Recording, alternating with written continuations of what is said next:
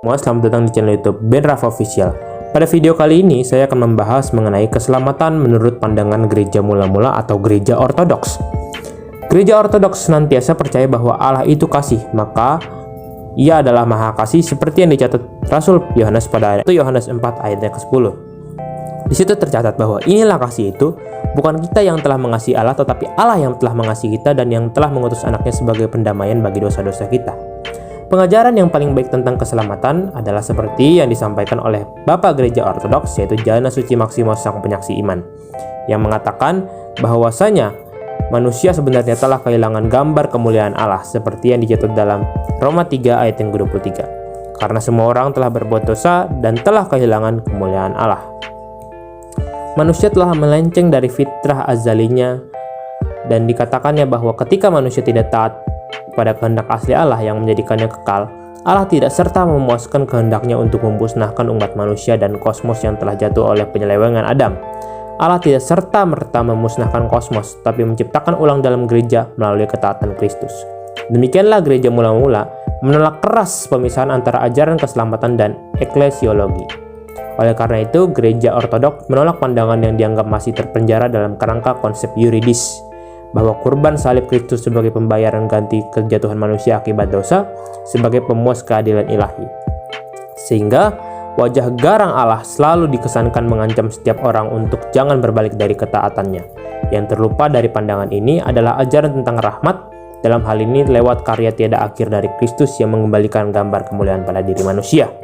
Pada akhirnya, bagi iman ortodoks tetap yakin melalui kehendak bebasnya manusia tetap diberikan pilihan antara hidup kekal atau kematian kekal.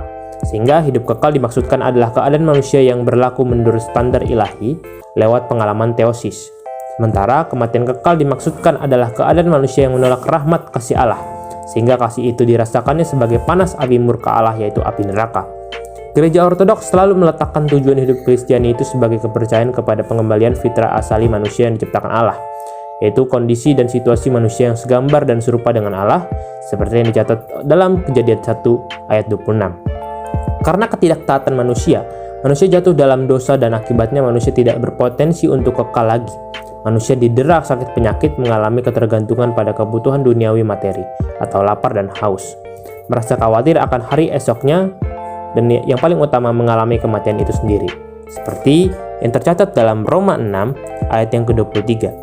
Sebab upah dosa ialah maut, tetapi karunia Allah ialah hidup yang kekal dalam Kristus Yesus Tuhan kita.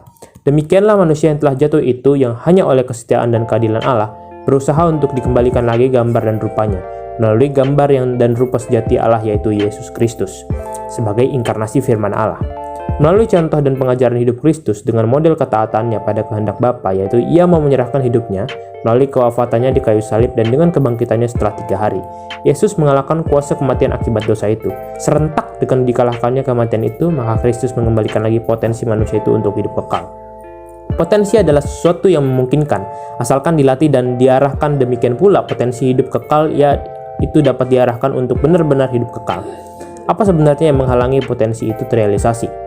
Ialah karena manusia tergantung pada kedagingannya. Ia sedemikian terikat dengan hawa nafsu keduniawian sehingga menipiskan dimensi ilahi dalam dirinya.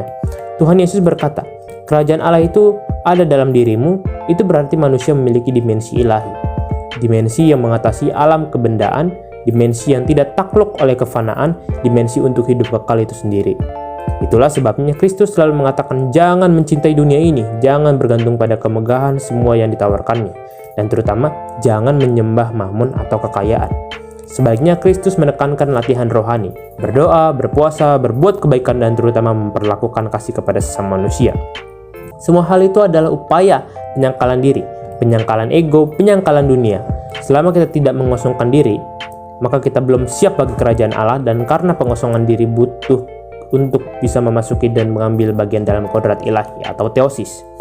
Karena Kristus adalah inkarnasi firman Allah yang ilahi menjadi manusia, maka dengan kemenangannya dalam merehabilitasi kembali manifestasi-manifestasi kejatuhan kosmos oleh upah dosa umat manusia, maka secara langsung kembalinya gambar dan rupa Allah tadi berdampak langsung pula pada alam kebendaan.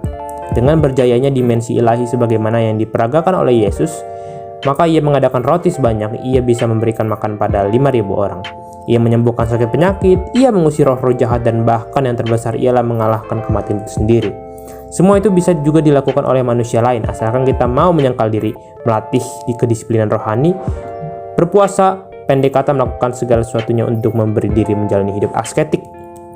Sehingga tidak heran dalam gereja ortodoks tumbuh apa yang dinamakan spiritual kerahiban atau monatisisme, yang artinya suatu jalan untuk mengambil bagian dalam kodrat ilahi tersebut. Dari biara-biara ini, gereja ortodoks menghasilkan ribuan orang kudus yang bisa memperagakan bagaimana wujud dimensi hidup ilahi seperti Kristus itu.